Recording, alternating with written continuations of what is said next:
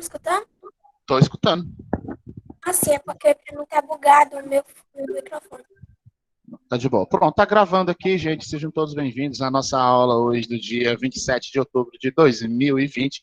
Primeiramente, agradeço pelas felicitações que me deram na sexta-feira pelo meu 34º ano, mas de acordo com a minha mãe, eu tenho um milênio, uma centena e 34 anos, porque minha mãe disse que eu tenho 1.134 anos. Não sei de onde foi que ela tirou isso, mas tá louca, tá maluca, né? Deus Ivan, né, tio? Deus Ivan é meu amigo, lá em Brasília, Deus Ivan, né? Ei, tio. Oi. Coisa o chat aí, pra poder colocar meu nome. Falta 3 minutos. 3 minutos. Ah, tá bom. Então, assim, deixa eu voltar falando assim. A gente está na expectativa, né, de como que a gente vai fazer para esse retorno, se vai ter, se não vai ter, como é a melhor forma de fazer isso. Por quê? Dia 4 de dezembro, quem passar, quem tiver nota boa, quem me entregar as tarefas, vai passar. Né? Porque tem gente aqui que não está fazendo tarefa, não. E nem está me mandando. Eu quero dizer pro senhor, viu? Então, quem tiver feito as tarefas, tiver tirado nota boa na prova e tal, vai passar de ano, não vai para recuperação. Então, dia 4 de dezembro, estará de férias. Estará de férias. Não tem para onde correr.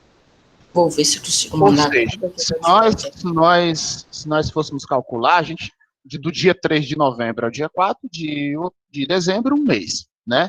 Um mês. Sendo que a gente tem que olhar bastante como que seria essa volta. Por que, Ivan? As duas medidas têm que ser rodízio. Será que vai vir o sétimo e o sexto, sétimo A e o sétimo B, tudo pela manhã?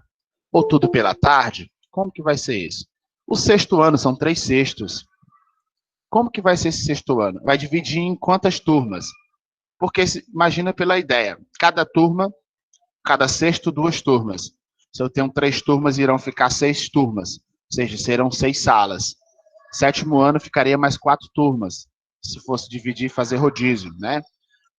É bem complicado fazer essa conta, porque eu tenho o quinto ano, que são 3 turmas, eu tenho o quarto ano, que são 2 turmas, eu tenho o terceiro ano, que são 4 turmas, para fazer rodízio e para fazer o espaçamento, para fazer essa questão do distanciamento social, é bem complicado. Então, não sei como que a secretaria vai organizar isso junto com a diretora, não sei como que eles vão fazer para trazer vocês para a escola. Eu prefiro que venha pelo menos um dia, nem que seja um dia, vir todo mundo, nem que fosse um dia, dar uma aula, sei lá no auditório com todo mundo, todo o sétimo, que todo o sétimo cabe lá no auditório. Então, quem não quisesse vir, ficava em casa assistir a aula remota, seria pelo menos, ou então faz o rodízio. Diga, Isabela. Eu acho que não deveria ter aula pelo menos esse ano, porque parece que está voltando, né, os casos do Covid. O problema, eu falei, é isso. Né? Deixa eu te falar, Raquel. Ó, o problema é o seguinte, como eu falei, né? Essa questão do raciocínio. Quem vai levar a culpa são as escolas, desse aumento. Mas quem são os culpados? As praias lotadas, os shoppings lotados, essas carreatas dos políticos. Ué, Tivão, se eu não vou no shopping? Sim, eu vou. Mas eu não fico frescando lá, não. Eu não fico brincando, não. Eu vou para pagar uma conta, comprar uma roupa, sei lá, alguma coisa do tipo. E faz tempo que eu não vou. Primeiro, eu tenho criança em casa. Eu não posso ficar bagunçando no meio da rua e chegar em casa, passar para a criança. Eu tenho a minha sogra que é idosa, que é do grupo de risco também. E se eu for e pegar um troço desse, aí mata todo mundo e eu fico só. Né?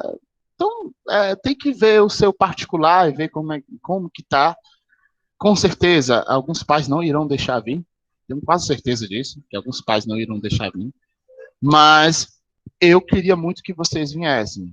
Pelo menos nem que fosse uma vez na semana. Eu queria muito, porque vão fazer 8 meses que vocês não estão longe da escola. Tem 8 meses que vocês não sentam essas cadeiras duras aqui da escola.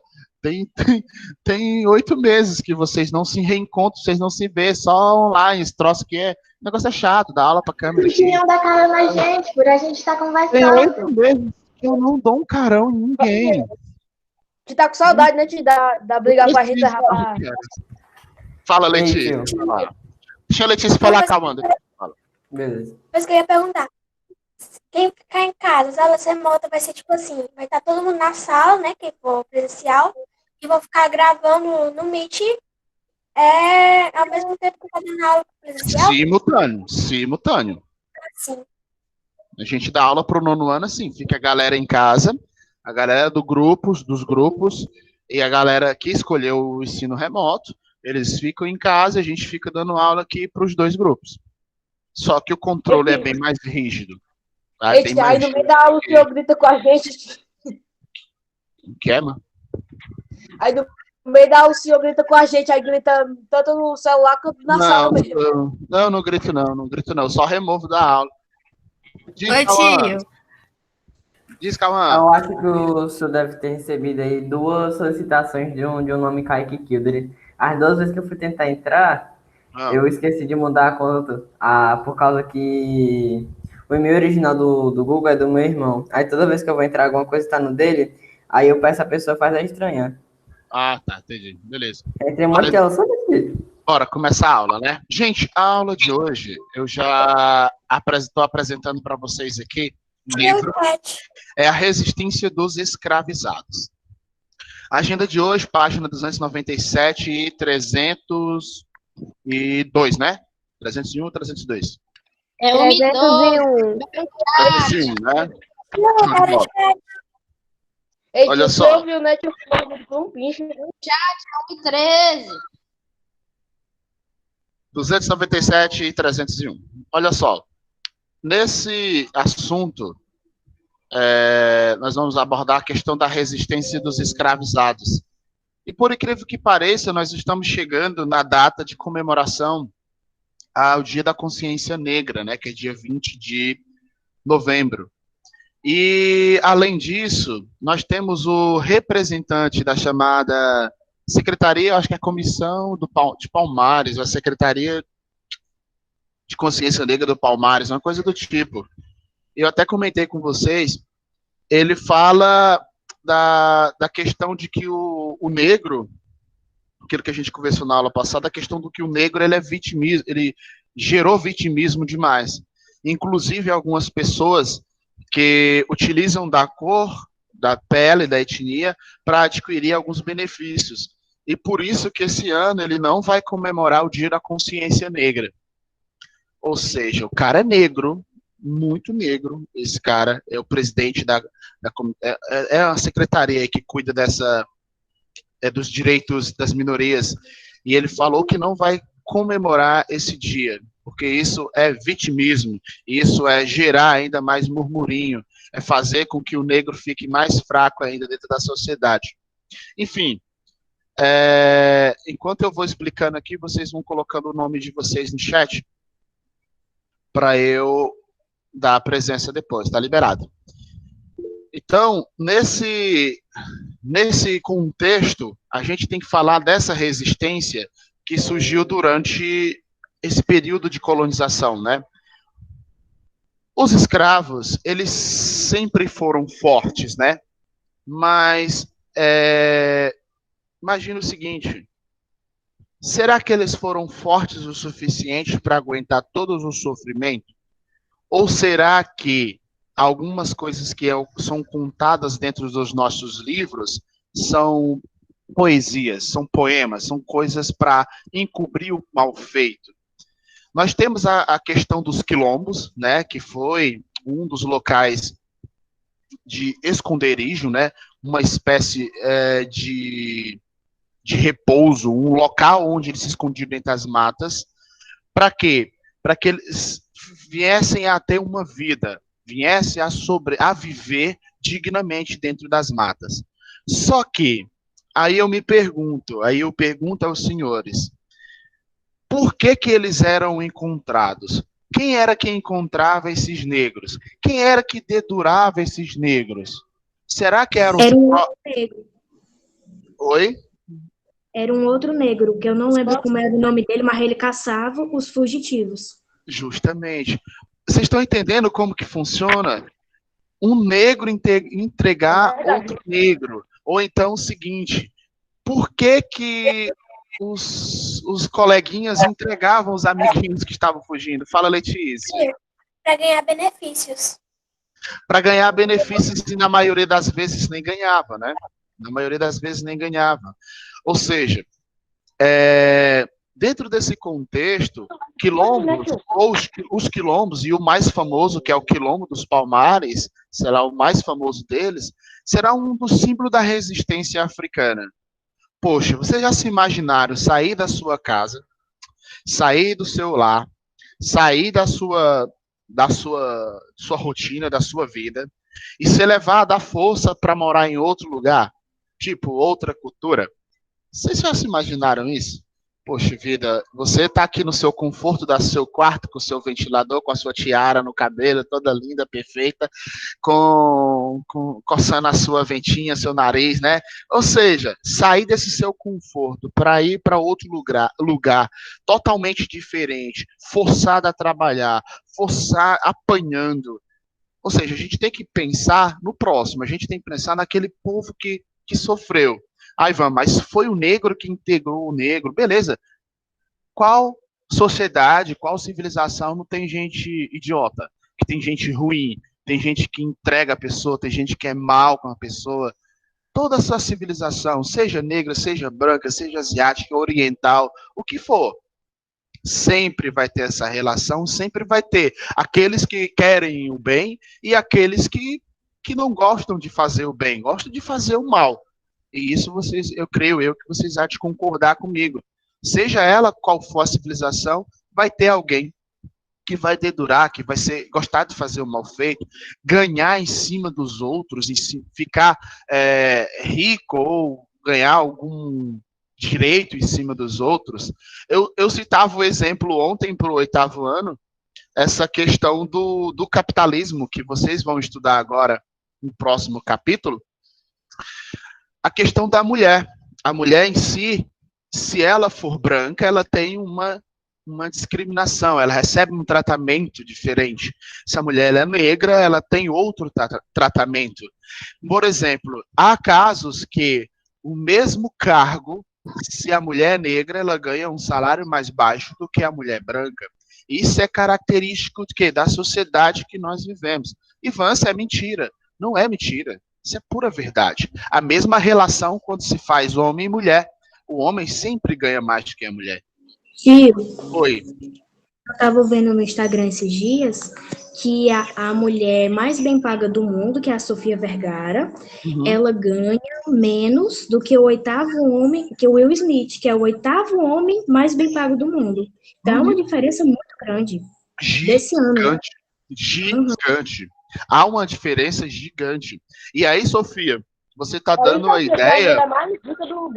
Aí você está dando uma ideia desses atores e atrizes no ramo Hollywood, né? No parâmetro Hollywood, no parâmetro grande. Agora imagina dentro de uma empresa, imagina dentro de um hospital, por exemplo, há essa relação. Imagine o que as mulheres sofrem com seus chefes.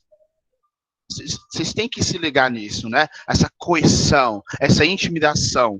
O capitalismo, quando a gente vier falar, e dentro da escravidão, está utilizando o chamado, está indo no processo de transição entre o chamado capitalismo comercial e o capitalismo industrial, porque eu estou utilizando a força do escravo, ou seja, uma mão de obra barata, para dar lucros para os senhores e para a monarquia, né? No caso, para a coroa. Quando tem essa relação, quando se fala negro, uma negra mulher, né? Uma mulher negra, aí que é pior. Por quê? A questão da cor, a questão da submissão, os caras sendo machistas, sofrendo intimidações de todo tipo. O que vai acontecer? Eu tenho que continuar trabalhando, porque se eu não trabalhar, eu vou morrer de fome. Eu tenho que pagar minha faculdade, eu tenho que cuidar, comprar minhas coisas, tenho que pagar minha casa, essas coisas todas. Então, não basta ser mulher, né? Não basta ser negro, ainda vem a questão de ser mulher, por exemplo. Aí que sofre muito, tá? Eu não estou entendendo aqui que vocês estão escrevendo. Pera aí, deixa eu parar lá esse negócio do chat aqui, que eu não vou... eu acho melhor vocês falarem, tá? Que eu vou desligar aqui o chat, acabei de desligar. Fala, Maria Eduarda. Maria Eduarda, eu vi há um tempo atrás alguns produtores de filmes de Hollywood estavam a abusar uma atriz. Quando se fala, olha o Mellen, né? Acho que é Mellen. O cara está sendo acusado por coerção. Ele era diretor e coagia as mulheres na Globo, por exemplo.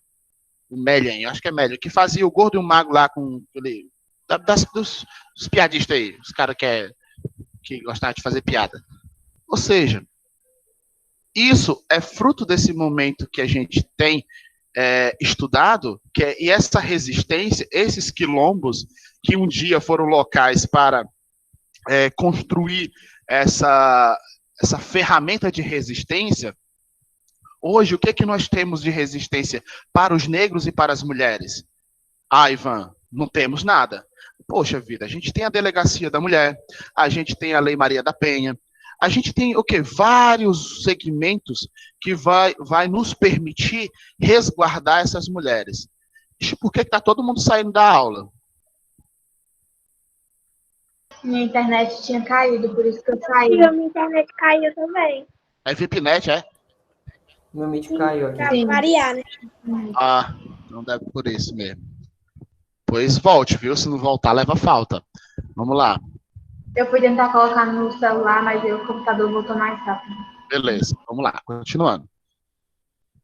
Os quilombos, né? Outra forma de resistência à escravidão era uma fuga e a formação desses quilombos. O escravizado escapava do engenho, escondia-se nas matas, juntava-se aos outros escravizados fugidos, formando um quilombo, uma espécie de aldeia. Aqui tem um trecho, abre aspas. Os quilombos eram povoações constituídas fundamentalmente de escravos foragidos, mas que acolhiam também homens livres e marginalizados pela sociedade. Ou seja, portugueses trazidos ou descendentes de portugueses com a mistura indígena ou africana, aqueles que eram colocados à margem da civilização portuguesa ou à margem da civilização brasileira que estava em formação, eles também eram acolhidos pelos quilombos.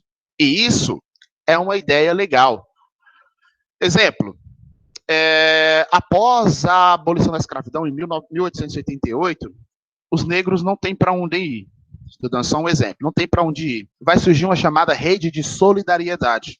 Essa rede de solidariedade, ela acolhe não só o branco, mas também mulheres e acolhe essas pessoas também que estão fora da civilização. Ou seja, sempre nós vamos ter os negros, um querendo salvar o outro, um querendo ajudar o próximo, tá? Os quilombolas. Aí os quilombolas, eu já venho a relação com português, português, não sei se vocês tiverem esse português, mas em geografia e arte e educação, que até hoje a gente tem os quilombas, né? Os quilombolas, até hoje está presente na nossa sociedade. Inclusive aqui no Ceará também tem, tá? Deixa eu ver quem pode ler o... Larinha, tu pode ler, Larinha? Os quilombolas.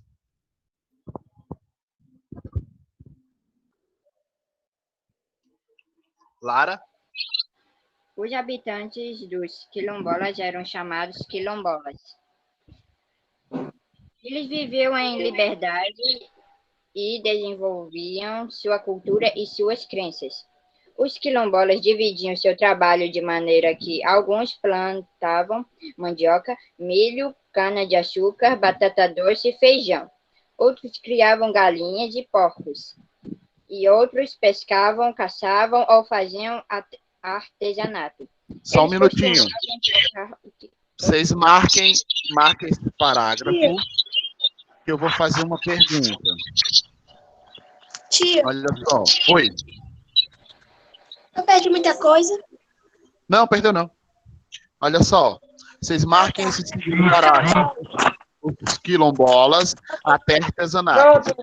Aí eu vou perguntar a vocês, de onde é que esses negros tiraram essa mandioca, esse milho, essa cana, essa batata doce, esse feijão, essas galinhas e esses porcos? De onde foi que eles tiraram? E seus senhores de engenho? Senhores de engenho que deram para eles, está aqui, meus queridos, para vocês. Não, eu acho que eles pagaram. Eles pediram licença. Eles pediram licença a Deus e roubaram, viu? Eles levavam, escondiam, no ato de fugir ou então ataques diariamente, ou se não, continuamente, eles iam retirar esses produtos, né? Fala, Emily. Porque o que eles plantavam ou criavam ou pescavam era o que mantinham eles, né? Eles vendiam para outros quilombos, eles faziam uma troca com outros quilombos e também se sustentavam, né? Sim, porque na verdade nós temos o quilombo do Palmares sendo o mais famoso, mas teve vários quilombos dentro da extensão territorial do Brasil. Gente, a quantidade de escravos que vieram para o Brasil não foram poucas, não. Fala, Rian Madison. Tio, é por isso que, tipo, por causa desse racismo contra os negros, porque eles roubavam? Por isso que tem esse racismo. Por isso que tem esse racismo contra os negros, porque, tipo, eles roubavam? Não necessariamente, Rian. Eu quero que você entenda o seguinte.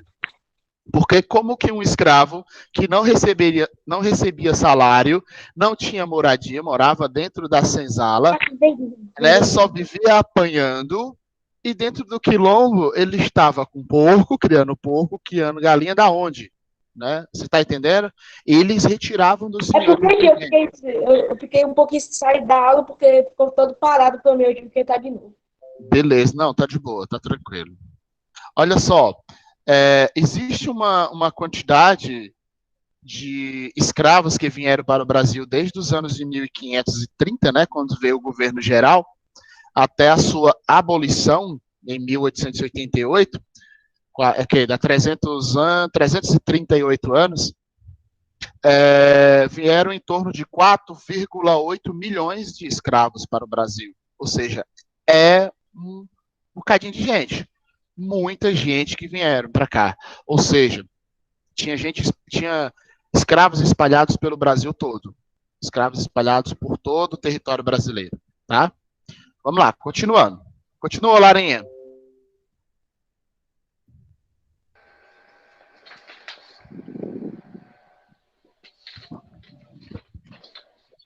Lara.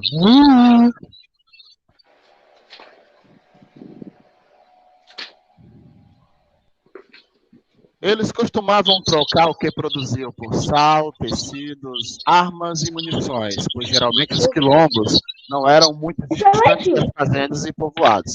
Haviam pessoas que faziam essa função de defesa do quilombo, protegendo das constantes ameaças de ataques.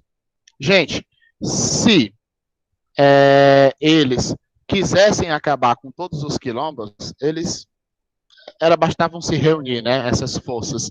Eles já tinham esse poderio armamentista. Mas, por outro lado, eu vou ter o fortalecimento desses quilombos, porque eles chegam até fazer acordos com pessoas ou fazendas ou povoados existentes naquele local. O problema de fazer esse tipo de comércio, que na maioria das vezes se dava mal. Eles eram pegos, eles eram traídos, eles eram colocados, feito uma emboscada para esses negros. Então era bem complicado fazer esse tipo de comércio, tá? Dando seguimento aqui, página 293, nós vamos ter o Quilombo dos Palmares. Ô tio, eu posso ler o segundo parágrafo? Oi, Sofia. Posso ler depois? Sofia falou o quê? Perguntei se podia ler. Eita, tem gente demais para ler, né? Ô tio, deixa eu ler o segundo parágrafo, por favor. Tio, presta atenção. Deixa eu ler, meu. Calma, mano. Sofia leu primeiro. Segundo leu Samuel. Terceiro leu a Isabelle. Quarto leu Rian Madison. Tio, deixa eu ler um. Deixa. Tem mais folha para você ler, viu? Tem bastante folha. Vai, Sofia. Ruth O Quilombo dos Palmares. Quilombo dos Palmares era o nome que as autoridades portuguesas deram a uma rede de aldeias interligadas, situada na capitania de Pernambuco, na Serra da Barriga, atual estado de Alagoas. Porém, seus moradores o chamavam de Angola Janga, isto é, Pequena Angola. Palmares foi o maior e mais importante quilombo do Brasil colonial. Continua, quem é o próximo? Samuel. Samuel. Nos anos de 1630 e 1636, escravizados se aproveitaram da luta dos luso-brasileiros contra os invasores holandeses. Eles fugiram para as matas e formaram várias aldeias, sendo a maior e mais importante o quilombo dos Palmares. Temendo o poder dos habitantes de Palmares, os holandeses atacaram o quilombo em 1644 e 1645. Embora tenham matado vários seus moradores, não conseguiram destruí-los. Show de bola. Próximo. O Quilombo dos Palmares resistiu e venceu diversas expedições militares enviadas pelo governo português. Somente em 1694, após quase 100 anos de resistência, o quilombo foi destruído. Olha só, depois de 100 anos de resistência, né, eles viveram sob essa ameaça de violência constante, né, essa ameaça de invasões, tentativas de invasões constante. Durou 100 anos, na verdade 104 anos, tá? E era um forte, como eu disse, não ajudava somente os negros, mas sim as pessoas necessitadas. Não só os negros, mas sim aquelas pessoas marginalizadas e também os próprios indígenas. O que me deixa a pensar aquilo que eu indaguei vocês na última aula. Por que eles não se juntaram? Por que os negros não se juntaram com os indígenas e com os marginalizados? E sei lá, e foram à frente. Eu não entendo o porquê, qual o motivo. Porque a quantidade de gente dentro desses grupos não eram poucas. Dava para tomar uma cidade, dava para conquistar alguma coisa. Eu não entendo por que não fizeram isso. Fala, Cauã. Você tá me vendo, tio? Hã? Você tá me vendo? Tô, fala aí.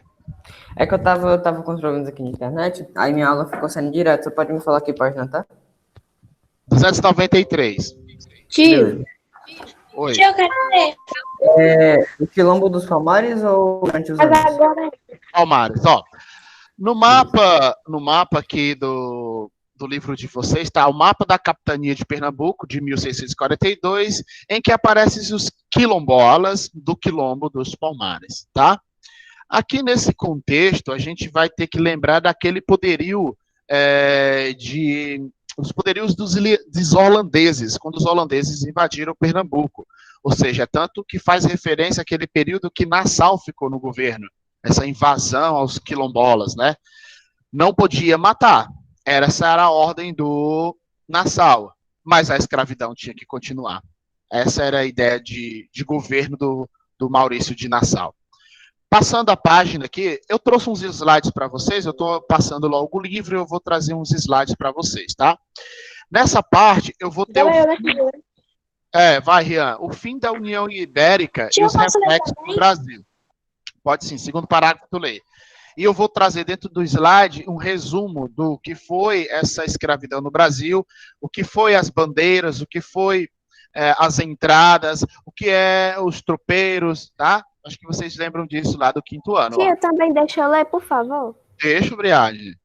Tu vai ler o fim do domínio holandês, tá? Primeiro parágrafo, Rian, segundo parágrafo, Letícia, e depois a Briade. Cuida. Vai. Como vimos, a União Ibérica durou entre 1580 a 1640. Seu fim foi marcado pela retomada do poder de Portugal por um rei português, Dom João IV, com o objetivo de retornar o controle da colônia. O rei criou o Conselho Ultramarino em 1642. Continua. Letícia. Além do Brasil, Portugal tinha colônias na Índia, Guiné, Ilhas de São Tomé e Cabo Verde.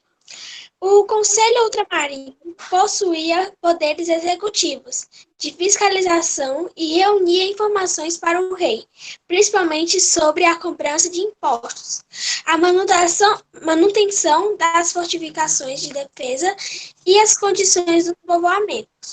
Todas as atividades executadas no Brasil deveriam ser informadas e autorizadas pelo Conselho Marinho. Tio, Oi.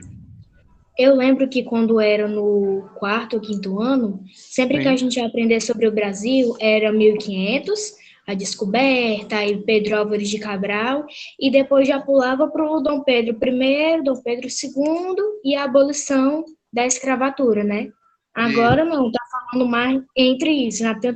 Tanto até que aqui tem Dom João IV, sendo que o pai de Dom Pedro I é Dom João VI. Então é bem antes, na verdade. É bem antes. E se eu te disser que antes de Dom João VI, eu vou ter José I e José II, tá? Porque sim.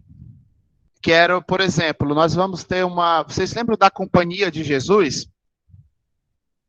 Criada lá na Contra-Reforma. Lembra da Companhia de Jesus? Sim ou não? Mais ou menos. Mais ou menos? Pronto. A Companhia de Jesus, ela foi criada na Contra-Reforma para o quê? Cuidar da educação, os padres jesuítas. Lembram disso? Os padres jesuítas ficarão responsáveis por toda a educação das colônias portuguesas e das colônias espanholas. Por exemplo, quem está cuidando, a gente falou nisso no início do capítulo, né? Falou disso no início do capítulo. E o que a Sofia está falando é educação religiosa, né? Isso, educação religiosa e o ensino do latim. Nesse contexto, no governo de Dom José I, o Marquês de Pombal, ele vai acabar com a Companhia de Jesus, ele vai acabar com essa ideia de ensino por parte da igreja, dos jesuítas, no século XVIII, tá? Prestes a explodir o chamado iluminismo. Mas sim, Sofia, é diferente as aulas do 7º ano e do 5º e do 4º, porque o 4º e o 5º ano você fica naquele negócio, aquela enrolação de conteúdo, né? No 4º ano você estuda Brasil, no 5º ano Brasil de novo, sendo que no 3º ano tu estudou Brasil, no 2º tu estudou Brasil, no 1º ano tu desenhou o Brasil, né? Ficou desenhando os índios, não sei o quê, aí sempre com as datas comemorativas. E agora é diferente, vocês já ouviram falar sobre a questão do governo geral, as capitanias hereditárias, Maurício de Nassau, a questão da escravidão. Nós vamos entrar agora na questão das revoltas escravistas e posteriormente a gente vai entrar num fato que deu muita grana para quem? Para Portugal e não para o Brasil, que é a questão da mineração. Ou seja, vocês viram só relancezinhos, né? Uns flashzinhos de alguma coisa. E agora é mais interessante. E quando vocês chegarem no 3º ano de ensino médio, que o negócio vai pegar, porque é pior. Porque eles vão fazer leituras relacionadas à história do Brasil. Principalmente se for cobrada se ainda existir vestibular, né? Que eu não sei que vai existir daqui a 7 anos, não, 5 anos. 7 anos não, 5 anos. 7. Fala, minha querida. Quando é que a gente vai começar a estudar iluminismo? Iluminismo ano que vem. E viaja, viu? Aula de iluminismo eu viajo. Tu é doido, eu fico doido, meu irmão. A Sofia, mano, toda vez. Ei, tio. Oi. Ocorra triste, né? Você falou assim, viagem, que o senhor viaja, né? E eu lembrei dos passeios que o senhor tinha falado pra gente no começo do ano. Minha filha, imagine nós que passamos, pode perguntar, Sofia, pode perguntar a mãe dela aí. Passamos uma semana planejando aula de campo pro ano todinho. Imagine nós. Liguei para a TV Verdes Mares, liguei para o Jornal Povo, liguei lá para o Museu do Escravo Liberto, liguei para o Mangue lá no Sabiaguaba, liguei lá para Calcaia. Eu liguei e marquei tudo. Eu recebi os e-mails. Ocorra triste, tio. Abril. Pronto, em abril eu recebi os retornos da TV Verdes Mares. Em junho eu recebi o retorno do jornal O Povo, lá na Guanambi, para vocês fazerem a visita. O tio próximo ano dá certo, né? Dá. Oi, Sofia. Eu fiquei com pena do 9º ano, porque o 9º ano esse devia ser o ano da despedida, que ia ver os amigos, ia ver o último ano dos professores, da mostra cultural. Aí agora nem deu, né? Nem deu. E a gente pensando que ia fazer pelo menos churrasco aqui na piscina, o homem fechou tudo, né? Não pode mais evento fechado. Faz uma aula de churrasco. Eita, eu sei fazer churrasco, viu? Oi, Letícia. Tio, eu fiquei muito triste porque a gente só pôde ter aula fora, né? De campo, no 5º ano. Foi uma. Aí, no 6º ano, a gente não teve nenhuma. E no 7º, que era pra gente ter um monte, a gente não vai ter nenhum. Só na casa, né? Sim. Mas, assim, ano que vem, né? Se Deus permitir e o Covid deixar, a gente pretende fazer coisas diferentes. Se vão permitir, que vai permitir. Eu, por mim, tava tudo permitido. Aqui tá todo mundo no meio da rua, todo mundo curtindo. O que é que custa vir pra uma aula? Aqui é só tomar banho direitinho. Jesus não deixa, né? Sim. É só tomar banho direitinho, usar o álcool, tá, essas coisas, né? Cadê minha máscara? Pois é, gente, vamos lá, continuando. O fim do domínio holandês no Nordeste. Deixa eu fazer uma ressalva.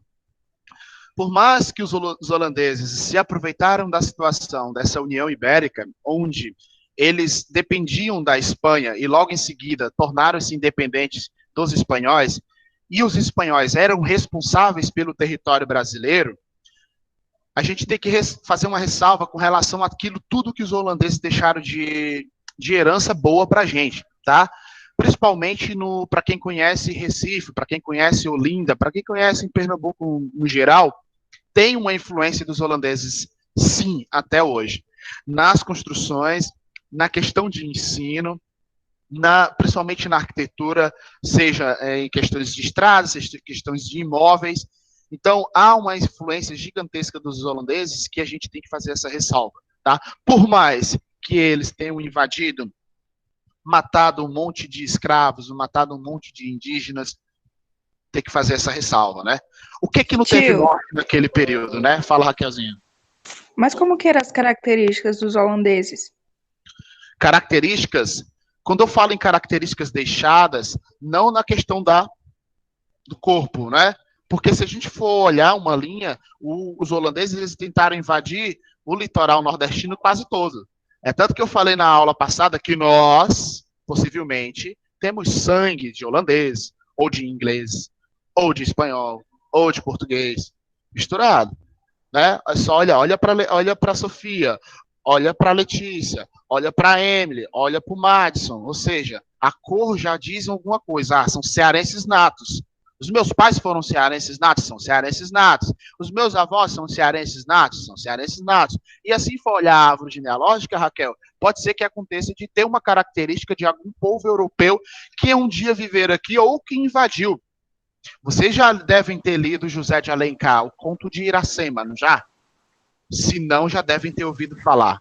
Caçador que se apaixona pela a Índia e tal, isso e aquilo. Daí surge até, há uma mitologia que surgiu o Ceará a partir daquilo. Mas, ou seja, quem era o caçador? O caçador era negro? Não, o caçador era branco. Português. Entende? Oi, quem falou, tio? Eu queria saber se o senhor acha que se aqui no Brasil tivesse sido escravizado, a gente estaria desse jeito hoje. Tipo, se não tivesse escravos, é isso? Se aqui o povo não tivesse sido escravizado. Eu acho que estaria do mesmo jeito. Eu acho. Vocês já imaginaram os negros escravizando os brancos, né? Os negros escravizando os brancos. Imagina aí. Eita, nós. Vamos lá, continuando. Só para... Ei, tio. Só um instantinho. Entre os anos de... Deixa eu ver aqui. De 1714 a 1740 a 1750, quem vai ficar à frente do governo de Portugal é Dom José I, tá? Dom José I. Só para falar para vocês que teve uma quebra de nomes, né, entre os Joões entre os João, primeiro, segundo, terceiro, quarto, até o sexto lá, que vai ser pai de Dom Pedro I, tá? Então tem essa quebra, os Josés vêm no século XVIII, beleza? Fala, Rian Matos. Tio, eu acho, tio, que se não te... Eu não sei, né? Mas o senhor me ajuda aqui nessa teoria. Eu acho que se não tivesse escravidão no Brasil, existiria ainda negros aqui no Brasil? Com Ou certeza. só brancos? Com certeza. Só que, olha só como é que é legal essa questão da mistura, né? A Inglaterra nunca sofreu assim, pelo menos da formação dos países, e vocês acho que sabem da formação dos países, porque é tudo uma questão histórica, né? Por exemplo, os ingleses ou os saxônicos surgiram da disputa entre os bárbaros e os romanos. Eu acho que vocês lembram disso, não sei. Então, nesse contexto, entre bárbaros e romanos, os bárbaros eram considerados escravos dos romanos, porque tinha que pagar altos impostos para viver no território que eram dos bárbaros. Era uma coisa estranha. É tanto que eu me indiquei para vocês assistirem uma série que saiu agora, Os Bárbaros, que fala da história de Armínio, que era um querusco, eu acho que vocês já ouviram falar disso. Tem na Netflix. Era um querusco que foi treinado pelos romanos e volta para comandar os exércitos das legiões romanas, porém ele luta do lado dos bárbaros. Então, Rian, para te responder isso, se nós fôssemos analisar essa questão de escravo, não a questão da cor em si, da pele, todas as civilizações tiveram escravo. Desde a época de Cristo, desde a época, por exemplo, da Mesopotâmia, que é bem mais antiga, desde a era do antigo Egito, teve escravo. Sempre teve escravo. Até comentei, acho que ano passado, com a Sofia, com a turma do 6º ano B, eu acho. A gente comentou o seguinte: os novos escravos do século XXI os motoristas de Uber. Eles não têm horário, eles não têm carteira assinada, eles têm gasto do carro deles, isso e aquilo. Mas meu pai ganha bem, bastante. Mas não tem uma garantia, né? Se quebrar teu carro, a Uber não vai arcar. Quem vai arcar é você. Então, há várias formas de escravidão hoje, como eu diria, independente da cor da pele, da etnia da pessoa, há um tipo de escravidão, né? Há aquele tipo de escravidão. Você é escravo do amor, você é escravo dos livros, você é escravo do trabalho, você é escravo de alguma coisa. Tem coisas, né? É assim a vida, é assim a vida. Vamos lá. Quem é que vai ler agora, hein? Tio, eu posso fazer uma pergunta antes? É a Briadne. Vai, Letícia. Tio, qual foi o país... Achei que é uma pergunta besta. Qual foi o país que mais teve escravizados? O Brasil. Brasil? O Brasil supera até a quantidade do restante da América Latina. Vocês me acreditam? Somente, mas venhamos e convenhamos, né? O Ceará é maior do que a Argentina. O estado do Ceará. O Brasil tem dimensões continentais. Se o Brasil não tivesse perdido território, por exemplo, na Guerra das Cisplatinas, que vocês irão estudar no ano que vem, se o Brasil não tivesse perdido território em confrontos contra o Paraguai, se não tivesse perdido territórios no período de domínio do próprio português na colonização, o Brasil era maior até. Tá? Vai, Briadne, na Rocha aí. A Briadne tá aí, Sandra Rocha. Tô aqui. Olha lá. Maurício de Nassau terminou seu governo em 1644 e foi substituído por funcionários da Companhia das Índias. Volta aí. Segura aí. Alguém lembra o que é a Companhia das Índias? E aí? Gente, alô? Era ele que controlava os assuntos comerciais? Era não, né? Mais ou menos. Né? Mais ou menos assim.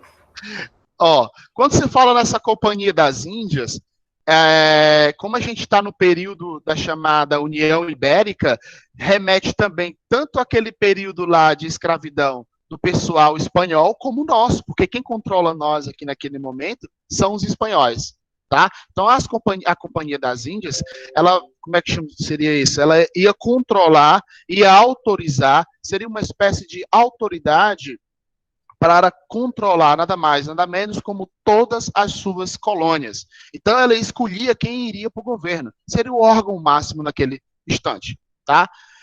Arrocha, Sandra. Os novos administradores começaram a cobrar, com juros muito altos, os empréstimos que a Companhia das Índias havia feito aos senhores de engenho para expandir a produção de açúcar. Como os senhores haviam sofrido vários contratempos, incluindo a queda do preço do açúcar, eles não conseguiam pagar as dívidas dos empréstimos. Que eram caríssimas, né? O que acontece até hoje? O Brasil tem uma dívida gigantesca, uma dívida chamada uma dívida externa, que ele não consegue pagar essa dívida, ele só consegue pagar os juros. É igual eu pedir empréstimo. Imagina que eu pego o empréstimo com a Sofia. Sofia, me emprestei 10 mil reais. Aí ela diz assim, te empresto, Ivan, mas o juro é 20%. O senhor vai me pagar 12 mil. Aí no mês que vem eu tenho que pagar 12 mil para a Sofia. Só que eu não tenho 12 mil, eu falo, Sofia, eu não tenho 12 mil, eu só tenho 2 mil. Então o senhor paga os juros e vai correndo. Todo mês eu vou pagando 2 mil reais de juro, todo mês, até o dia que eu tiver os 10 mil para pagar. Ou seja, pode acontecer o seguinte, que em 5 meses a Sofia ter ganhado os 10 mil que ela me emprestou e ainda tem 10 mil para eu pagar. É isso que acontecia desde aquele período, fazer esse tipo de empréstimo. Fica rica a pessoa. Fica rico, por isso essa questão de... Como é que é o nome desse... Pessoal que empresta dinheiro, como é que é o nome? Não é banco, não. Consignado. Empréstimo. Não, é esses caras aí que é até ilegal aqui no Brasil. Agiota. É agiota, tio. Isso, agiota, esse negócio Ladrão. aí. Ei, macho, não fala isso não.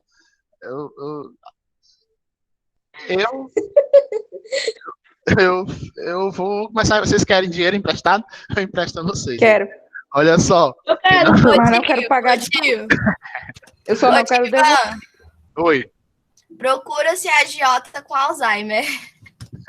Sim. Agiota com Alzheimer, é verdade. Eu me livro do negócio de agiotagem. Vamos lá. Então, assim, desde esse período, ainda tem essa ideia de dívida externa, vai se adquirindo desde os primórdios, tá? Em razão disso, tiveram inícios a conflitos visando a expulsão dos holandeses, tropas constituídas de afrodescendentes indígenas, luso-brasileiros e portugueses, combateram os soldados holandeses e os venceram. Vocês viram nesse parágrafo o seguinte: negros, luso-brasileiros, índios e portugueses se juntaram para expulsar quem? Os holandeses. Mas esses brasileiros, esses indígenas e esses negros, por que eles lutaram para tirar a escravidão do Brasil?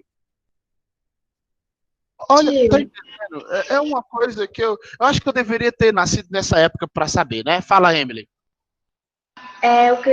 Porque isso pode ter sido coisa de Portugal, tentar juntar todos para expulsar holandeses, né? Os holandeses, né?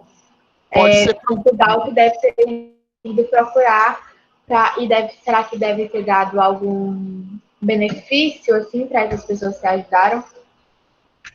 Aí vem aquilo que a Sofia falou do negro que caçava negro, né? Alguns negros terão alguns benefícios dentro dessa levada aí da escravidão, dentro uns grandes, por exemplo, um caçador de mato, que chama, o caçador de mato, capitão do mato. Esse capitão do mato, ele vai ser, na sua maioria, os negros, porque os negros conhecem os lugares onde os negros ficavam, eles conhecem as pegadas, eles conhecem as trilhas deixadas pelos negros.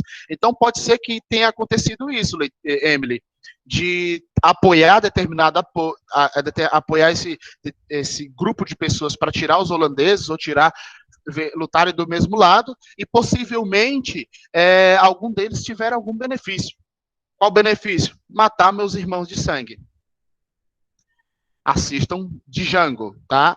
Django, com o Jamie Foxx. É muito bom. E com Leonardo DiCaprio. Leonardo DiCaprio. Tá? Que Jamie Foxx foi o mesmo que fez o Elétrico, né? No Homem-Aranha. Isso. Esses conflitos conhecidos como Batalhas dos Guararapes foram travados em 48 e 49 e foram decididos para a retomada de Pernambuco pelos lusos brasileiros, ou luso-brasileiros. Por causa da diminuição da produção de açúcar, a companhia começou a ter prejuízos, por isso, não tinha mais interesse nesse comércio no Brasil. Derrotados e falidos, os holandeses deixaram o Nordeste em 1654. E não só o Nordeste, tá, gente? Acho que vocês já ouviram falar das invasões ocorridas no Rio de Janeiro. Vocês lembram das invasões? A tia Alex era professora de vocês? Que então ela era. Deve ter falado para vocês da chamada a França Antártica. Já ouviram falar? Não? Não, tio. Não? Tio, pelo que eu me lembro, não. Não. A França Antártica, de acordo com os livros de história do 5º ano, abordou esse assunto, tá? Porque eu dei aula no 5º ano e eu lembro. A França Antártica era um tipo de colônia francesa lá na Baía de Guanabara, no Rio de Janeiro. Mais ou menos nesse período entre os anos de 1550 até mais ou menos 1580. Ou seja, dentro da União Ibérica, o Brasil sofreu várias tentativas por outros países. A Cisplatina, lá em cima, perto da Argentina, é de área inglesa, tá? Oi, minha filha, fala. Nada que o senhor falou aí, eu lembrei. Eu acho que a gente não estudou no 5º ano. Isso. Não? Não. Tio, eu acho que deve ter estudado, só que não lembra. Não lembra. Tá, esse é um dos exemplos. É só para vocês lembrarem que não foram só os holandeses que influenciaram a cultura brasileira na questão de invasões, tá? Porque posteriormente a gente vai ter os imigrantes, que vai ser até maior essa imensidão de pessoas dentro do território brasileiro, trazendo uma grande variedade de cultura. A gente tem, principalmente, uma das mais características culturas europeias, a região sul. No caso, o Paraná, Santa Catarina e o Rio Grande do Sul. E uma parte lá de São Paulo. Eu cito Campos do Jordão, tá? Vamos lá. Ei, tio, deixa eu ler o bandeirantismo. Deixa eu dar uma olhadinha aqui no meu slide, só um minutinho aqui. Parará. Eu vou começar a apresentar o slide e você lê o slide, tá? Tio, Fala. O senhor vai colocar o slide na Ionis? Deixa eu colocar logo, né? Porque é para vocês não ficarem... Peraí, deixa eu colocar logo. Enquanto vou apresentando aqui, eu vou colocar na Ionis. E vocês são amorzinhos demais, vocês. Sábado, 9 horas da noite. Tio Ivan, cadê a tarefa? Eu não aceito tarefa. Sábado, 9 horas da noite. Fala. Oi. Futuramente o Brasil pode participar de alguma guerra? Brasil? Porque se a gente participar, não estão errados, viu? O Brasil, se os norte-americanos entrarem em uma guerra, o Brasil será o primeiro a entrar. Tio, acho que nós não entrar não, porque nós somos brasileiros, nós criamos mesmo para defender a pátria. Meu. Tá certo, vai dar Rapaz, certo. mas se nós entrar para uma guerra, nós vamos morrer do instante, viu? Já viu o brasileiro soltando uma granada? Vamos lá. A mineração no Brasil colonial. Eu tenho o declínio do açúcar, devido a questão do mercado europeu, né? Estimulou a busca por metais e pedras preciosas em terras da colônia, não só a colônia portuguesa, mas da colônia espanhola, através das expedições conhecidas como as entradas e bandeiras, e eu tenho certeza que vocês aprenderam isso lá no 5º ano. Eu tenho, né? As entradas e os bandeiros, ou os bandeirantes, né? Ficavam mais ou menos ali na região de São Paulo, onde era a chamada a capitania de São Vicente, tá? Deixa eu só salvar aqui, meus queridos. Está na Iônica, agora, o slide dos senhores. 7º ano. 7º ano, História do Brasil. Ei, tio, o senhor já pode dizer de quem? O senhor pode dizer depois quem foi que ficou com nota boa? Ficou com o quê? Com nota ruim? Nota boa. Não sei, tá gravado aí, né? Não sei, né? Não, só desmovi. Dizer no teu ouvido, eu vou dizer quem é que precisa, né? Slide. Ô, tio, quem me entregou? Slide 27 do 10, tá? Gente, peraí, deixa eu colocar logo aqui. Pronto, ó. 7º ano A, slide já publicado, viu? Pronto. Tem qual página, tio? Página 294, né? 7º B. Deixa eu só apresentar aqui, eu boto para vocês, tá? Continuando. Eu tenho aqui as chamadas expedições oficiais organizadas pelas autoridades entre os séculos XVI e século XVII, que partiam do litoral. E um dos aspectos principais, por parte dessas entradas e bandeiras, era buscar o quê? O povoamento do interior. Vocês têm que lembrar o seguinte, que a maioria da população brasileira e a maioria das pessoas que viviam no Brasil naquele instante, simplesmente ficavam na área litorânea. Era uma área praiana, eles eram praieiros, né? Ou seja, precisaria o quê? De pessoas que conheciam o território, adentrar para o interior do Brasil. Para quê? Para buscar essa riqueza que estava lá dentro do interior, no caso, o ouro, as pedras preciosas. Existe um nome chamado de ouro fluvial, que era um ouro, eu ainda lembro do meu professor de história, lá no 7º ano, falando disso. Ele falava desse ouro fluvial, que em alguns casos, em Minas Gerais, as pessoas encontravam o ouro assim, ó. Imagina que essa pilha aqui, essas pilhas, estavam dentro de umas pedras. Ah, o ouro, que legal. E sim, imagina, junto das pedras. Essas pedrinhas que vocês vão para o interior, fica pegando e jogando nos telhados das casas, né? Fica jogando nas galinhas, nos patos. Isso que eu não sei. Faz isso sim. Não faço isso não, tio. Ou seja, nem pro interior. Achavam em cima esse ouro. A partir daí, eles vão ter aquela ideia.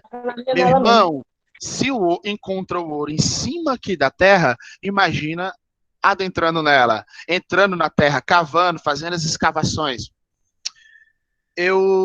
Toda vez que eu vou dar aula desse troço aqui, eu esqueço de trazer uma foto que eu tenho em uma mina em Ouro Preto, em Minas Gerais, de tão profunda que ela é. Ela é muito profunda que eu não conseguia ir mais adentro, porque eu já estava com, acho que eu tenho claustrofobia, eu já estava com falta de ar, e eu estava com um negocinho ficava direto com um negocinho aqui para respirar. E eu esqueço de mostrar essa foto, mas eu tenho essa foto dentro dessas minas, lá em Minas Gerais, para mostrar a dificuldade que foi naquele período. Você é um deus, né? Você pode entrada. Eu era um deus que, se eu não tivesse tomado o arzinho lá, eu tinha morrido, né? Tinha falecido. Então, esse Deus não é muito forte, não. Esse Deus. Não, é só mentira. Então, para mostrar para vocês o seguinte, como que eram esses buracos dentro da terra, como que era o serviço de retirar essa terra para procurar esse ouro. E o ouro, a cidade de Ouro Preto, era caminho para levar o ouro para a capital naquele período, né? No caso, quando Dom João VI veio para o Brasil, que tirou a capital de Salvador e levou para o Rio de Janeiro. Ou seja, era o chamada a Estrada do Ouro. Ou seja, dentro daquele contexto,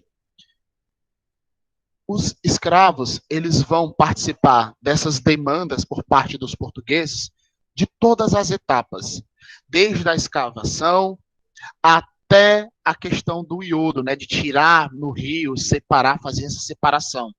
E até hoje, meus queridos, se vocês quiserem conhecer, junte uma grana, né, se vocês tiverem a oportunidade de conhecer Minas Gerais, ao entrar em Minas Gerais, você não vai ver pessoas, óbvio, ainda tem, né, no caso de Serra Pelada, Mas em Minas Gerais, você vai ver a quantidade de máquinas rasgando aquelas terras lá em Minas para retirar os recursos naturais da terra lá em Minas. Ou seja, o ouro já não tem mais... Por isso é chamado de Minas Gerais. Isso, o nome se dá a Minas Gerais devido a essa questão dos bandeiras e das entradas e bandeiras naquele período, tá? Continuando, quais eram os objetivos das entradas? Explorar o interior, apressar indígenas destinados à escravidão e procurar as minas. Gente, eles tentaram de todas as formas colocar os escravos ou colocar os índios como seus escravos, né? Tendo como seus principais escravos. E não conseguiram. Então, um dos objetivos era fazer com que esse interior viesse a ficar povoado. E quem conhecia esse interior? Quem conhecia as matas? Os indígenas. E procurar o que? Essas minas, que era de interesse de um movimento chamado mercantilismo, surgido lá no século XVI, na Europa. A união do metalismo. Lembra que a gente conversou algumas aulas atrás sobre a questão do metalismo, o acúmulo de metais? Ou seja, tudo é a influência dos europeus. Tudo vai puxando um assunto diferente, né? Um contexto diferente. Os bandeiras tinham as expedições armadas e organizadas em geral por particulares de São Paulo. Aqui no livro dos senhores, e vocês acho que estão acompanhando os livros, lê para mim aí, Raquelzinha, o bandeirantismo. Tio? Página Eu não escutei. Lê para mim o bandeirantismo, página 295. Diferentemente das capitanias do Nordeste, a capitania de São Vicente não se tornou uma rica exportadora de açúcar. Ainda no século XVI, muitos colonos resolveram sair do litoral, subir a Serra do Mar e dedicar-se à agricultura do Planalto de Piratininga. Não é o Piratininga aqui do Maracanã, não, tá? Cuida. Onde os padres jesuítas haviam fundado a Vila de São Paulo. Continua. Esses colonos precisavam de pessoas para trabalhar em suas fazendas. Então resolveram entrar nas matas do sertão para capturar indígenas. Os colonos da Vila de São Paulo. Os colonos da Vila de São Paulo começaram a organizar expedições chamadas bandeiras, cujos participantes eram os bandeirantes. Existiam dois tipos principais de bandeiras. Veja a seguir as características de cada uma delas. Marque assim, prova, bandeiras de pré-ação e bandeiras de prospecção. E você sabe Eu marquei tudo. Tá? Quase tudo. Marquem bandeiras de pré-ação e bandeiras de prospecção. Deixa eu passar o próximo. Posso ser o próximo? Pode. Só a galera marcar.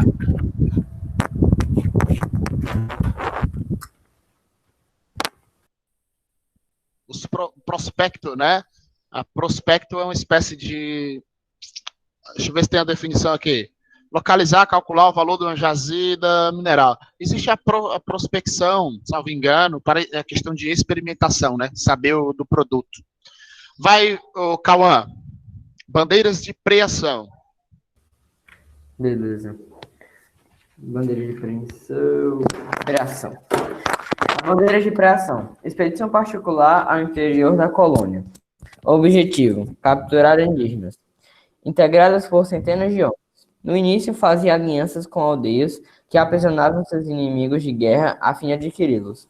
Depois passaram a atacar aldeias indígenas, inclusive as que antes eram suas aliadas. Tá vendo como que é falha essa questão de aliança? Os bandeiras, eles tinham aliados indígenas que eram inimigos de outras tribos e, posteriormente, que tinham conseguido seus objetivos, eles também passaram a atacar essas aldeias que eram amigas. Vai, bandeiras de prospecção. Vai. Expedições solicitadas pelo rei de Portugal para ir ao interior da colônia. Objetivo: encontrar minérios como ouro, prata e pedras preciosas, formadas por grupos pequenos de, no máximo, 50 homens. Ou seja, eu tenho a pré-ação, né? A bandeira de Tio, posso pré-ação. fazer uma pergunta? Pode. Qual dessas duas bandeiras, qual era a mais forte? A mais forte? Existe a diferença, vamos primeiro para a diferença das duas. A preação era aprisionar indígena, né? Ter um controle maior do grupo de indígenas. A de prospecção era o quê? Expedições solicitadas pelo rei para quê? Buscar esses minérios. Sendo que uma complementava a outra. A partir do momento que eu tenho a apreensão dos indígenas, eu posso o quê? Mexer no território do qual eles tinham acesso.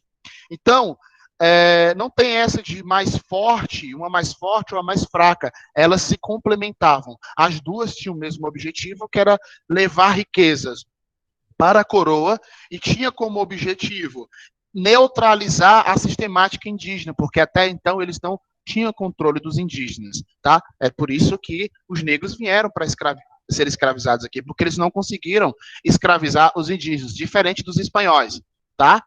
Então, Briade, há uma união entre eles, seria basicamente isso, para um determinado fim, beleza? Obrigada. Nada.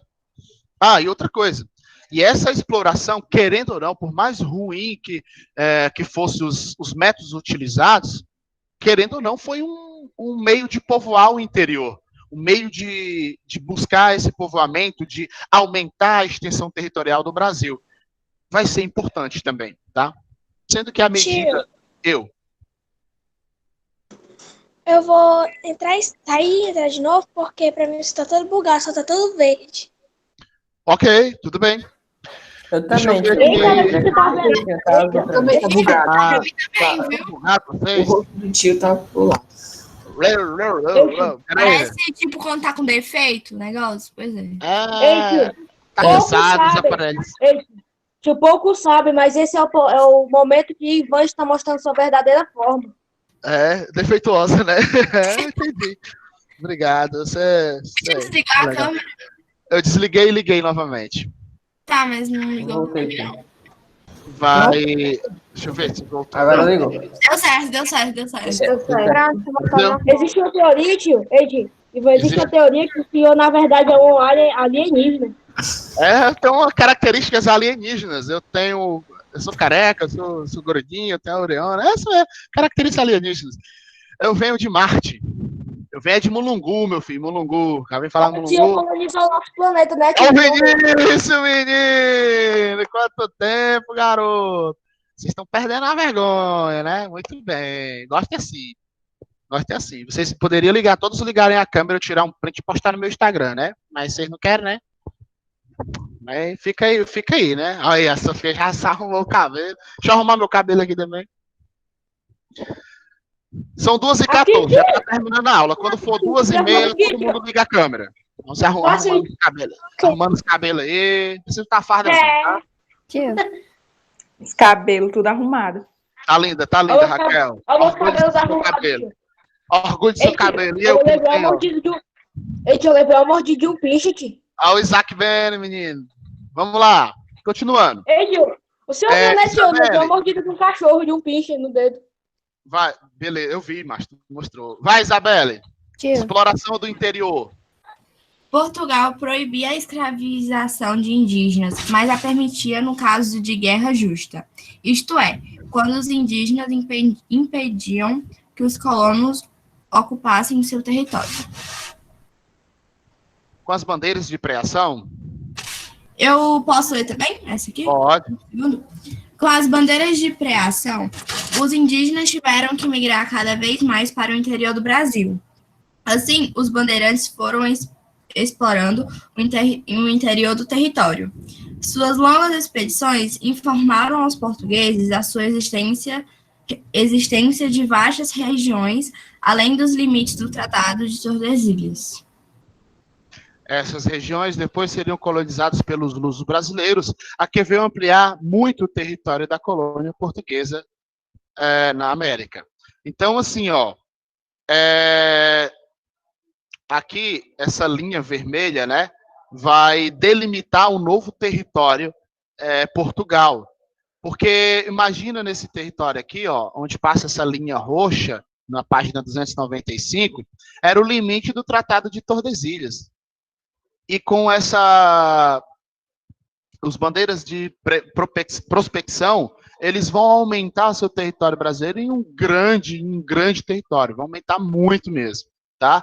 E a tática era essa: eu vou aprisionar, eu vou pegar os indígenas, e o que vai acontecer? Eles vão fugir, e eu vou atrás. A partir do momento que eles vão fugindo, eu vou atrás e vou caçando eles, e assim eu vou aumentando o meu território. Era uma ideia de caça, né? De gato e rato. Que coisa mais estúpida, né, tio? Eles tratavam as pessoas como se fossem animais. Justamente. A gente é animal, né? Em busca de minérios preciosos, na voz marcante do Felipe, que vamos ver o Felipe lendo agora, que ele tá com o notebook. Tio. Tem áudio agora. Vai, Felipe. Tio. Ruth, daqui a pouco você lê. Você quer ler? Oi? Felipe, você vai ler os interesses até brasileiras. Não, até riquezas. Vai lá. É qual página mesmo? 296. Os interesses de exploração do Brasil, é? Isso. Em busca, isso. Os interesses de exploração do Brasil não eram apenas o pau-brasil, os animais silvestres e o açúcar. O Reino de Portugal, desde o começo, incentivou a descoberta de minerais valiosos em terras brasileiras. No século XVI, pressionado por graves problemas econômicos, o rei de Portugal ordenou que se aumentasse a busca por ouro, prata e pedras preciosas. O rei ainda oferecia prêmios e títulos de nobreza a todos aqueles que descobrissem essas riquezas. Vai, Rutinha.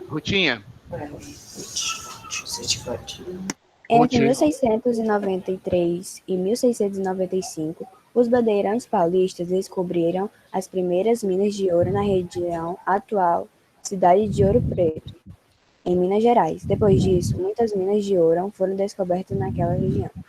Então, a partir dessa descoberta, começou, então, o que nós conhecemos até hoje, né? Começou essa devastação do território. Aqui, no meu slide, eu tenho... Aqui, pronto. Formas de exploração do ouro. Inicialmente, nós temos a exploração do ouro aluvião, encontrado em depósitos de cascalhos, areia, gelo, que se formam juntos às margens ou o foz do rio. Depois, eu tenho uma exploração de depósitos localizados nas encostas das montanhas, técnicas conhecidas como grupiara, e depois eu tenho uma exploração do subsolo, ou seio das montanhas, feita por meio da construção de poços e galerias de pouca profundidade e comprimento, uma vez que os mineradores não dispunham de processos de escoramento, drenagem ou ventilação suficiente para realizar tal técnica. Eu não sei se eu falei com os senhores, mas há uma perspectiva de quantidade de ouro no mundo, não se sabe ao certo, mas eu vi uma reportagem, acho que eu não sei se eu falei para vocês, há alguns meses, foi em setembro, que há uma perspectiva de mais ou menos de 50 a 60 mil toneladas de ouro no mundo. Até hoje. Há um em torno de 50 a 60 mil toneladas de ouro. Sendo que, por ano, é retirado em torno de 3 a 5 toneladas de ouro no mundo. Se nesse exato momento, suponhamos que tenha 50 mil, se todo ano é tirado 5 mil, daqui 20 anos, não terá mais ouro no mundo. Seria isso a lógica? Eu vi essa reportagem na UOL, na Folha da UOL, que a devastação do planeta Terra, né, devastação dos recursos naturais, esses recursos minerais, está tão grande que o ouro está ficando escasso, é finito, tudo é finito, na verdade, né? O petróleo é finito, o gás natural é finito, o ouro é finito, a prata é finita, ou seja, elas vão se acabar a qualquer momento.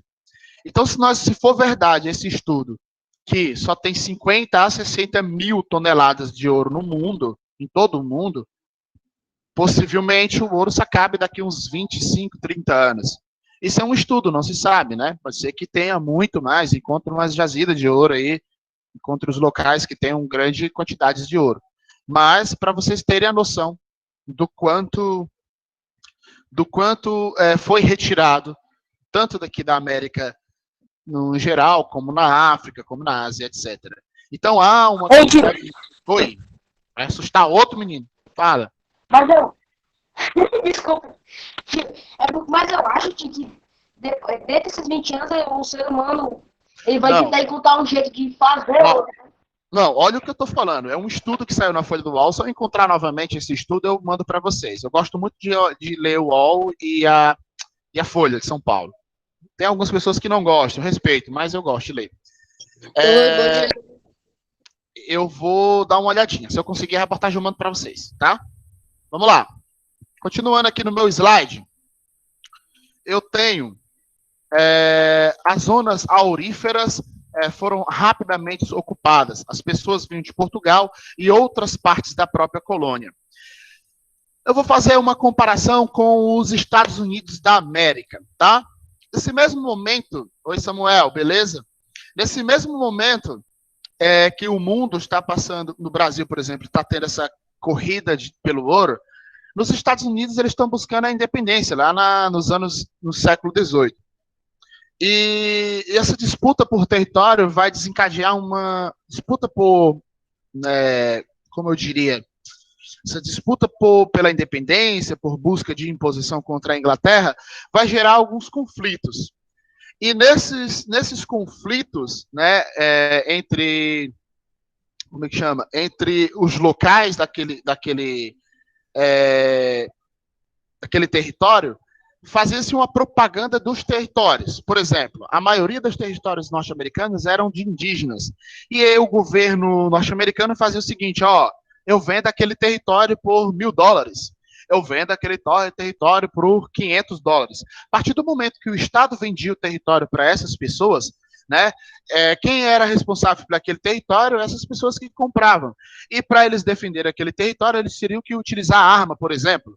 Então, várias e várias pessoas da Europa, como os países como a Inglaterra, França, Irlanda, Escócia, deixa eu ver, sei lá, holandeses, eles foram para a América do Norte para comprar esses territórios, porque era barato demais. Mas era uma técnica utilizada pelo governo norte-americano para expandir o território, ter uma rentabilidade maior e retirar esse território dos indígenas. Aqui no Brasil também vai acontecer algo parecido, porque a partir do momento que eu tenho essa interação dentro do interior, que o interior vai sendo descoberto e que existe ouro que dá riqueza, as pessoas vão começar a vir. Aqueles que não tinham interesse nenhum pelo Brasil vão começar a vir, ou aqueles que moravam nas cidades e que não tinham interesse nenhum de entrar nas matas e procurar algo, vão começar a adentrar nas matas. Por quê?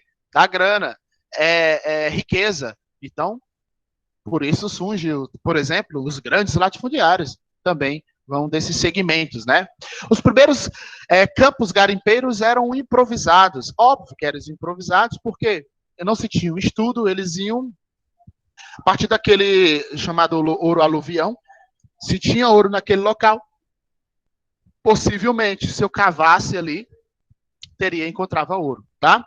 Enfrentavam-se os problemas de insuficiência de gêneros alimentícios, não tinha comida para todo mundo. A alimentação era escassa, ou seja, para ter garimpo, eu preciso ter alguém plantando, ou preciso ter um comércio, eu preciso ter essa troca de mercadorias. E nesse instante, então, vai surgir então os primeiros povoamentos. Tá? A região de Minas, devido ao afluxo populacional, vivenciou o seu primeiro surto urbano na vida brasileira. No caso, eu vou ter uma grande quantidade de pessoas em determinado local, um local pequeno, vai faltar o quê? Faltar comida, vai faltar tudo. Tá bom? Tio. Desculpa te interromper, mas na página 296 é para marcar alguma coisa importante? 96, não. Certo. 297 passa, eu vou para 298, eu estou aqui na mineração do Brasil, controle a mineração. Na página 298, no controle de mineração, está igual ao meu slide aqui, ó, fiscalização real. A metrópole controlava e regulamentava as atividades mineradoras. Então, em 1702, foi criado o regimento dos superintendentes, guardas-mores e oficiais deputados para as minas de ouro. Nesse instante, eu preciso ter um equilíbrio entre as pessoas. Na verdade, não é um equilíbrio, né? Eu vou ter uma fiscalização maior por parte das pessoas que retiravam ouro. Até hoje, quem retira ouro, por exemplo, ouro que não tem o controle do Estado, né, que não tem o controle da União Federal, do governo federal, é crime, tá? Por isso que existe muito contrabando de ouro, de pedras preciosas. Porque a rentabilidade para o governo é gigantesca. Os impostos são gigantes.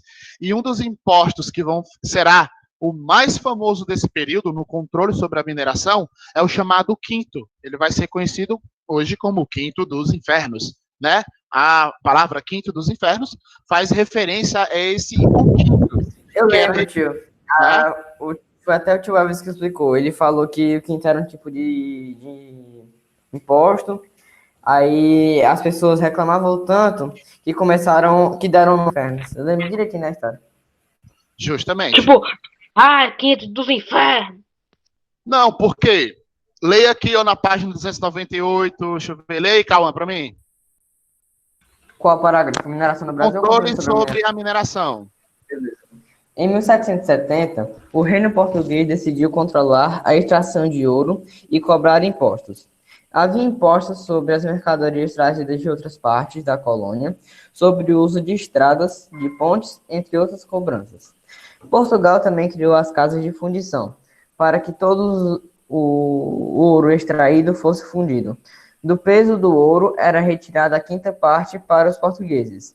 Era chamado o quinto. Depois fundiam-se em barras de ouro com o símbolo da coroa e assim elas eram devolvidas a seus donos. Dessa forma, Portugal ficava com 20% de toda a produção de ouro e pedras preciosas da colônia. Justamente. O contrabando. Quem pode ler? Se eu quiser deixar eu ler, eu... Briadne. Ô tio, eu posso ler o controle sobre a mineração? Daqui a pouco eu deixo, viu? Vai, Briadne. O contrabando. Como o imposto do ouro cobrado pelo governo português era alto, muitos mineradores o contrabandeavam para não pagar o tributo. Era muito alto. Continua. Para isso, eles escondiam ouro nas celas de cavalo ou dentro das armas. Por exemplo, para que os fiscais não vissem e não exigissem o pagamento do quinto real. Já ouviram falar da expressão o santo do pau-oco? Sim, tio. A expressão do santo do pau-oco é porque eles faziam os santinhos e colocavam o ouro dentro. Santo do pau-oco. Ô, menino santo do pau-oco, né? A mamãe e a vovó já falou. Já ouvi falar e também eu chamava uma pessoa disso. O santo do pau-oco era... Imagina que esse copo aqui é um santo. Um santinho, um copo. E eles faziam o santinho, sendo que era oco aqui para jogar o quê? Jogar todos os ouros possíveis, os minérios possíveis, e levava de boa. Em nome de Pátria, de Filho, Espírito Santo. Amém. Ou seja, amém, utilizando a igreja, utilizando o Jesus, Deus, sei lá, os santos, para roubar, né? Fala, Letícia. Tio, você pode me dizer qual página tá? Que eu fui bem ali para pegar um carregador. 298. Obrigada. Aqui, ó, continua, Briatne. Outra maneira curiosa.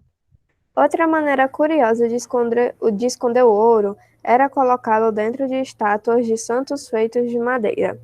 o que originou a expressão Santo do Pau Oco. Santo do Pau Oco. Vocês já ouviram falar outra expressão desse período? Pé rapado? Sim, tinha. Era algum tipo de negócio que tinha nas igrejas, que quando os pobres vinham na lama, eles tinham que passar o pé lá, porque eles não tinham calçado para não sujar a igreja. O pé cheio de lama, né? Aí passa o pé e tira a rapa, né? O pé rapado. Muito bem. Rapaz, vocês estão inteligentes. Ouro e diamantes. Vai, Isabelle.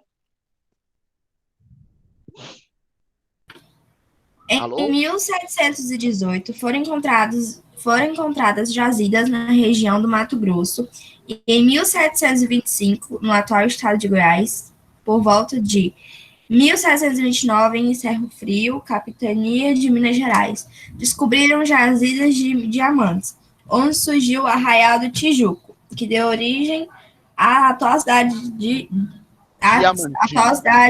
Diamantina. Diamantina, no estado de Minas Gerais. Muito bem. Ou seja, gente... Ei, tio, não tem aquele filme Django, né, que o senhor recomendou? Django, O tio sabia que tem uma cena nele, né, que é o Leonardo DiCaprio, acho que faz, que ele é um português lá que é coisado. Aí Tá do nada ele geral. taca a mão no... Olha só, eu sei, eu assisti todinho. Aí que ele tacou a mão no prato, né, e saiu sangue. O tio sabia que aquilo lá é sangue de verdade. Ele errou. Tio, ele errou e bateu a mão no prato, aí cortou a mão dele. Aí todo mundo ficou aplaudindo ele depois que ele fez a cena, tipo, porque ele trouxe aquele filme. Naquela cena que ele passa a mão na cara da escrava, né? Eu passei por ele de verdade, tio. Vamos lá, show de bola, Rian, valeu. Olha só, dentro desse contexto, vocês têm que perceber o seguinte. Até hoje, tudo que é bom é do governo. Tudo. As águas do Brasil é do governo. O ouro que tem no Brasil é do governo. O petróleo que tem no Brasil é do governo. O diamante é do governo. A maioria das terras é do governo. Ou seja... Até o carro é do governo? Tudo é do governo. E se tem alguém que tem alguma coisa, que é rico, né, os grandes latifundiários, tem que pagar, ou deveria pagar, uma porcentagem para o Estado. O Estado controla isso, tudo, desde os tempos mais remotos. Essa questão de impostos é uma das formas de retirar dinheiro da população mais fácil que existe no mundo. Se o Estado está quebrando, está devendo, não sei o quê, precisa de dinheiro, aumenta os tributos. E quem paga a conta? Nós, cidadãos. Tá? Sempre. Beleza? Dando continuidade aqui no meu slide. Vamos lá. A intercedência das minas, o governo especial para as zonas auríferas, diretamente vinculado às Lisboas. Essa intercedência tem a função de quê? De fiscalizar as pessoas que estão retirando e controlando o ouro, as casas de fundição, e dar um feedback para a coroa. Tem que informar a coroa o que está acontecendo. Aí eu pergunto para os senhores, será que eles não faziam assim, tiravam um pouquinho para eles, não? Porque a questão de corrupção no governo, meu filho, não é uma coisa de agora, não. É uma coisa, desde os tempos mais antigos. Então, essa questão de corrupção, a gente tem que lembrar não só de agora, mas é uma coisa cultural, tá? Ivan, me digas uma coisa, existe algum governo que não foi corrupto? Que eu saiba, não. Todos eles se corromperam, tá? Essa é a verdade. Então, nesse caso, por mais que eu tinha essa intendência das minas, né, esse governo tendo esse controle, ou seja, esse policiamento, essas cobranças, essa tributação, dentro desse governo, eles retiravam deles e mandavam uma certa porcentagem para a coroa. Quem tinha o controle era ele. Tá? Oi. O problema é com quem as pessoas se envolvem, né? Justamente. Eu vou ter o superintendente, né? Era alguém ligado diretamente à mineração, conhecedor da legislação vigente e defensor de quem? Dos interesses da coroa. Há quem diga que, em outras palavras, era o babão da coroa, né? Mas esse superintendente, ele vai ser uma figura importante, principalmente nas áreas das minas, porque ele terá o poder e terá a total autonomia, em nome da coroa, fazer o que ele bem entendesse, tá? Eram propriedades do rei, que podiam doá-las a particulares para a exploração. Imagina o seguinte, eu sou um superintendente, tenho aqui a pajuçara todinha, e eu vou doar para o 7º ano, A e B, para explorar. Então, eu vou falar o seguinte, a partir de hoje, eu, superintendente Ivan, em nome da coroa ivanista, vocês terão todos direito a escavar a pajuçara, sair procurando ouro. Era mais ou menos assim que funcionava. E essa distribuição, né, foram ocupadas por meio de distribuições de datas, porções de terra medindo em braçadas, de lado a lado, 66 metros, e outra medida que foi utilizada em umas escalas maiores, é chamada légua, né? Já ouviu falar? Légua. Tu mora onde? Eu moro na légua. Uma pergunta, tio. Diga. Antigamente, tio, quando o senhor era um deus maior, né, tinha um deus mais novo, o senhor já foi rei? Fui rei. Em uma peça do 2º ano do ensino médio, eu fui o rei. Fui o rei Luís XIV. Vamos lá. Olha só. Nesse contexto aqui, dessas questões de braçadas, eu não sei se vocês estudaram ano passado o homem vitruviano. Estudaram? A gente viu o homem vitruviano. Acho que foi comigo, não foi? Em artes? Não, quem dá aula de artes passadas? Não, tio, acho que foi a tia Luana. Tia Luana, não foi? Então, o homem vitruviano, ele fala sobre a proporcionalidade. Ou seja, não tinha uma métrica definida, então ele vai buscar algo proporcional. Tipo, 7 polegadas, 7 polegadas da sua mão equivale a um palmo seu. Seu palmo equivale ao seu antebraço, ao braço. Não sei, isso é proporcionalidade. Então, eles definiram uma medida, a proporcionalidade das braçadas. Ou seja, eu vou pegar o braço, esticar o braço e medir. 66 braços para a direita é seu, 66 braços para a esquerda é do outro. E assim vai. Para quê? Para demilitar, para saber quem é que está cavando, o que está tirando naquele local. Tá? A doação de mais de uma data só ocorria após a exploração da primeira, sendo proibida a sua venda. Era proibida essa venda, beleza? Variava durante o tempo. Uma das primeiras formas foi o quinto. O quinto foi um dos tributos que mais chamou a atenção. Inclusive, o quinto, há historiadores que falam que o quinto foi o estopim para as revoltas, nada mais, nada menos do que o senhor Tiradentes, Joaquim da Silva Xavier. Ele é um dos responsáveis. Do senhor, né, tio? Oi, Sofia. Tio, você pode liberar o chat para a gente botar o nome? Desculpa, posso. Foi mal, viu? Mas já acabou a aula, não foi? Desculpa. Ei, tio, cadê a nossa foto, tio? Vamos tirar a foto, bora, vai. Vai. Vamos ligar a câmera. Eu não vou tirar a print, não. Vou tirar a foto. Deixa eu fazer assim também. Bruna, menino! Quanto tempo! Saudade de você! Eu tô aparecendo, tio. Eu posso botar o meu chapéu que eu ganhei do meu gol? Homem, eu quero que você ligue a câmera. Vai lá. Bora, Isabelle. Cadê Isabelle, não. Com a câmera ligada. Eu não tô? Não, liga de novo. Cadê a Sofia? Ela saiu, né? Oxi. Tio, você tá me vendo? O Marquinhos Pálidas. Tio? Oi. Você tá me vendo? Isabela. Você tá me vendo, tio? Eu vi, não vi. Olha aqui, tá tudo bem com você? Eu vou desligar o chat pra vocês não escreverem mais nada. 3, 2, 1. Ei, cadê o povo? Cadê a Sofia? Ô, tio, eu vou sair e vou entrar de novo. Não. Apareceu. Tempo não. Pronto, 3, 2, 1. Vai. Mas vocês estão bonitos.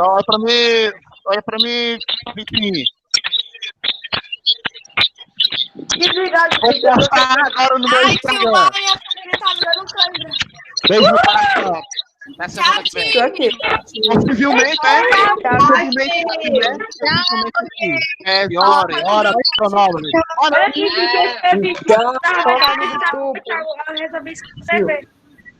Valeu, Marquinhos. Quem não fez a prova, Tchau, tio. Tchau, Larissa. Tchau. Olha aqui, tipo, eu escrevi aqui na lousa, tipo, eu vi no Instagram, o senhor resolveu escrever também. Ô, tio.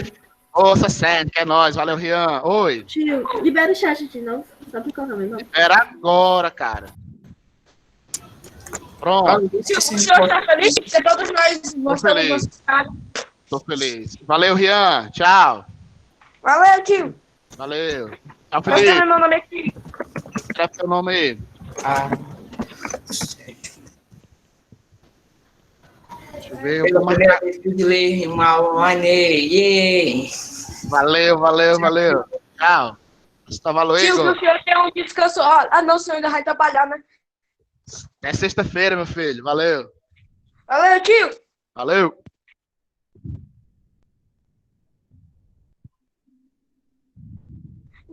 Ô, tio, o senhor sabe que eu vou ficar até aqui o final da aula, né, tio? Mas como é que está a vida?